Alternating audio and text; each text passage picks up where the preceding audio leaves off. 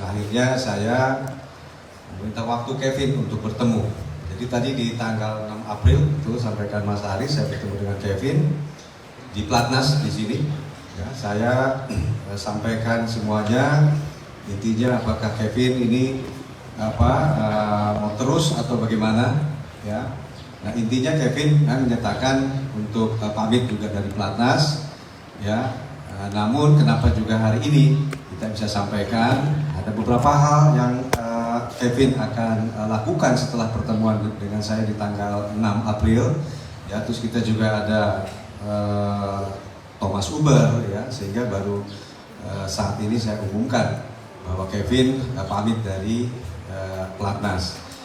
Kita hormati keputusan Kevin, ya, juga dengan waktunya. Saya ngikutin Kevin pada saat akan mengumumkan.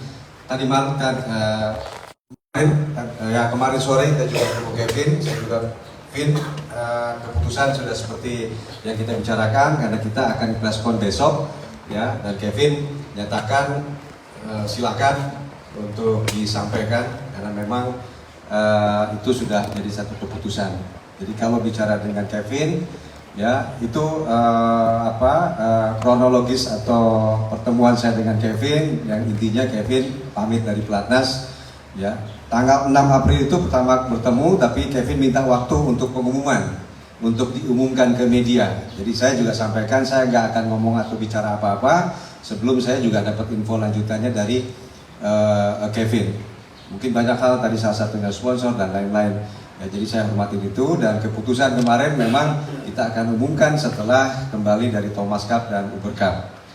Nah, ini tentunya juga kita apresiasi, ya, untuk Kevin dan juga tentunya Minion, ya, bahwa bagaimanapun mereka prestasi yang luar biasa sudah menyumbangkan banyak gelar, bahkan mungkin sebagai nomor 1 dunia yang cukup lama, ya.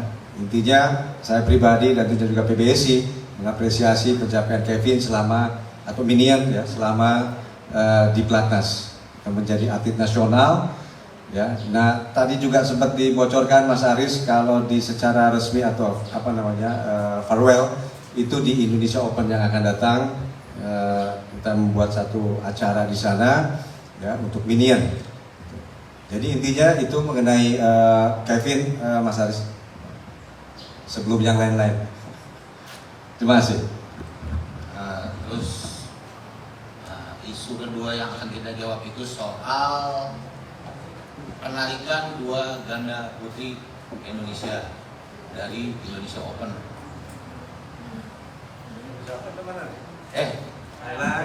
Oh iya, itu Asia, itu ASEAN lah. Nah, itu gimana, Kang? Ada 3 sebetulnya, ya, di ganda putri. Ya, khususnya yang Tour Asia ini diawali Thailand, Malaysia, Singapura dan Indonesia Open. Ya, nah khususnya yang di minggu ini di Thailand memang kita sudah mengingatkan terus, ya, dengan persiapan, sekalipun kita kegiatan kemarin di Chengdu Thomas Uber Cup, tapi terus kita sampaikan untuk persiapan karena nama-nama dari para pemain dari masing-masing sektor ini kan sudah masuk, ya.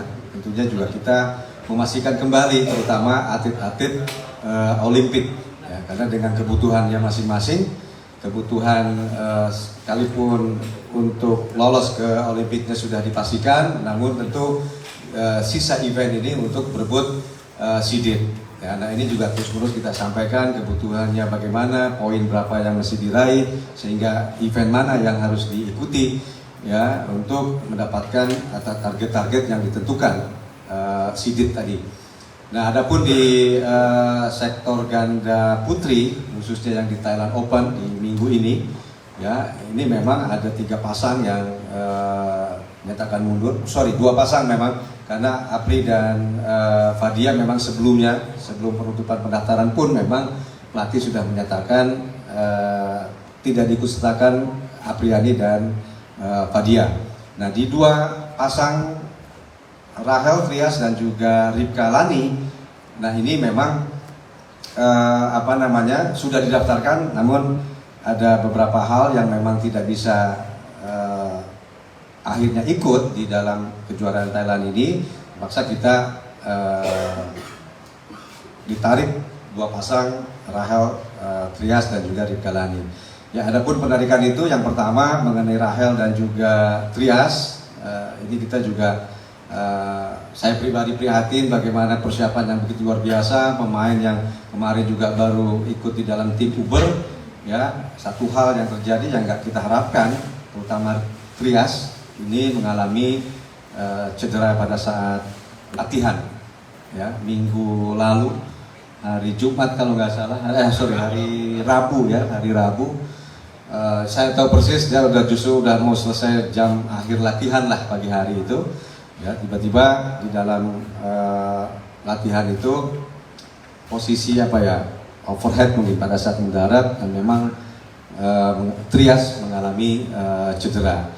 Nah cederanya sejauh mana mungkin nanti ada Prof. Niko Dr. Cahyadi yang bisa menjelaskan lebih lanjut. Ya, tapi pada dasarnya Rahel dan juga Trias kita tarik di Thailand Open ini karena memang Trias yang mengalami cedera yang tidak memungkinkan untuk melanjutkan ikut serta di dalam kejuaraan Thailand Open. Nah, yang Lani dan juga Ripka, nah ini pun memang sudah daftarkan. Kita kenapa akhirnya membatalkan? Ya, Lani, Ripka, khususnya Ripka yang memang saya ditelepon atau pelatih Coach Egan ya menyampaikan ke saya bahwa Lani Ripka ditarik dari Thailand. Nah, posisinya Ripkanya yang menyampaikan ke Coach Egan bahwa ada satu hal yang memang ini baru secara lisan disampaikan oleh Ripka untuk mengundurkan diri dari Thailand Open karena ada persiapan menjelang pernikahan, sehingga dinyatakan secara lisan ke pelatih, ya pelatih menyampaikan ke saya itu resign Ripka. Secara resmi memang atau surat resmi dari Ripka sendiri memang PBSI belum menerima, ya namun secara lisan sudah disampaikan dan saya juga pastikan karena saya juga berkomunikasi dengan Ripka. Ya, dan hal yang sama yang disampaikan oleh Ripka untuk resign dan akan persiapkan kehidupan yang lain lagi lah, kira-kira seperti itu. Nah ini juga memang saya pribadi karena ya cukup menyayangkan juga karena memang pelatih dan kita semua sudah koordinasi ganda putri Rahel Trias, Lani Ripka ini kan juga sudah diprogramkan terutama di Tour Asia ini hingga Australia bahkan itu sudah didaftarkan, ya artinya sudah program yang memang dipersiapkan oleh pelatih. Namun ada satu hal yang tadi saya sampaikan sehingga Ripka menyatakan resign ya untuk persiapan yang lain. Mungkin itu Mas Aris mengenai ganda putri di Thailand Open atau Tour Asia khususnya. Terima kasih. Mungkin lanjut kita minta pendapatnya Prof. Nicholas soal cederanya Trias dulu ya. Bagaimana parahnya, bagaimana kondisi terakhirnya, apa yang akan dilakukan segala macam. Itu masalah. Terima kasih Aris. Wassalamualaikum warahmatullahi wabarakatuh. Salam sejahtera, selamat pagi. Ya jadi waktu itu hari Rabu ya. Kemudian kan ditelepon sama Dr. Cahyadi, jadi dokter depan di Platnas, dan kemudian sudah itu langsung pada hari itu hari libur tuh ya, libur ya, Kamis ya, libur ya. Terus saya kebetulan ada operasi, jadi saya lihat sekalian. Jadi memang di dalam pemeriksaan sudah kita lakukan MRI, foto dan lain-lainnya. Jadi memang seperti tadi katanya Pak Riki bahwa cederanya itu bukan cedera biasa, keselip biasa aja, tetapi cukup hasil MRI kan juga cukup berat, severe. Makanya berkoordinasi dengan pelatihnya dan kepalanya tim Pak Riki, kita putuskan kalau buat saya adalah bagaimana merehabilitasi sementara untuk siap dulu. So kalau ini kita terjunkan pun dia akan setengah mati kan gitu, kakinya masih kesakitan banget dan masih belum stabil gitu. Jadi memerlukan waktu. Ada lagi yang mau ditanyakan? Sebenarnya persisnya apa dong?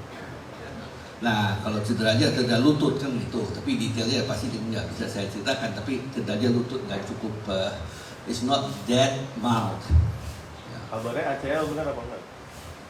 Kabar, ya kabar mah bisa kabar kemana ya? ACL itu juga banyak. Jadi saya sedang mengajar. Kalau kalian lihat di Instagram saya, pada umumnya saya mengajarkan supaya orang tuh ngerti ya. Jadi bukan hanya show tapi mengajarkan. Jadi betul tadi pertanyaan yang baik. ACL injury itu bisa berbagai macam. Jadi ada partial, ada total rupture.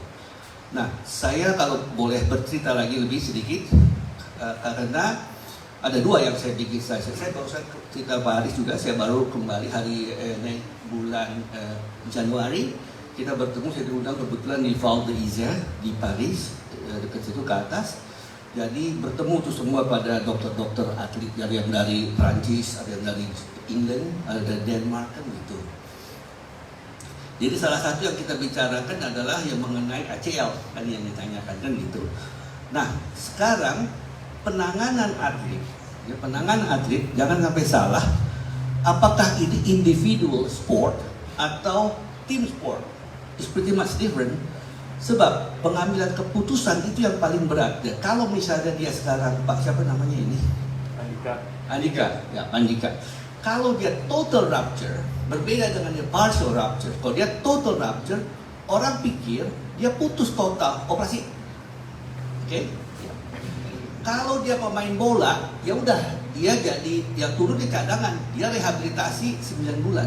Dan saya baru saja bercerita sama Bapak itu sebagian juga bahwa kalau kita ngomong bukan pengalaman saya, sombong banget kan itu. Kita lihat data yang ada.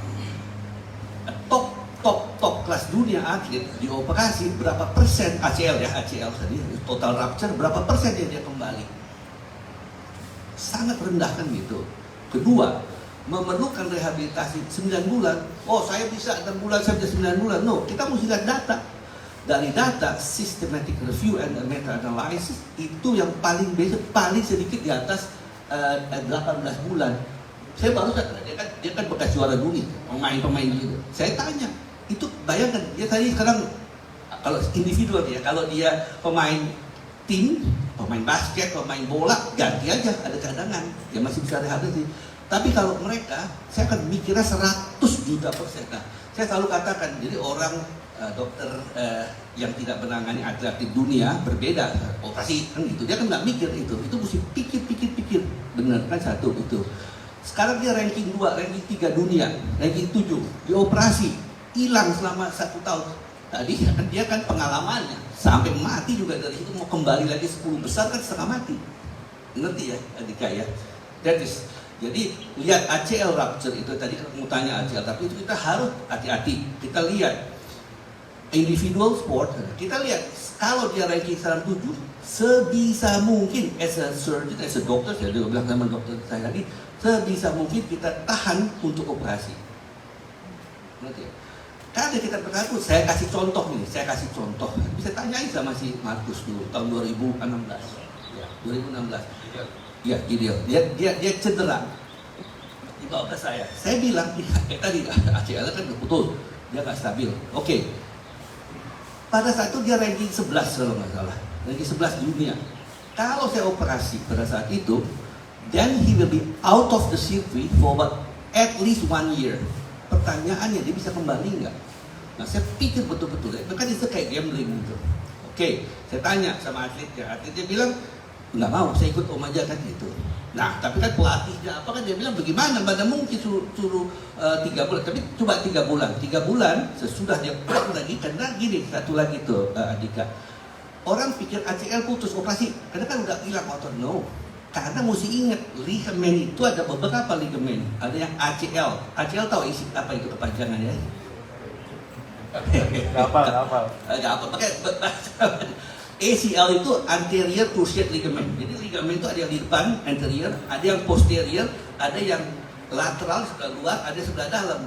Makanya kalau pada atlet individual kena begitu, dia harus diambil alih. Makanya kita di sini keuntungannya di PBS ini kita cukup solid.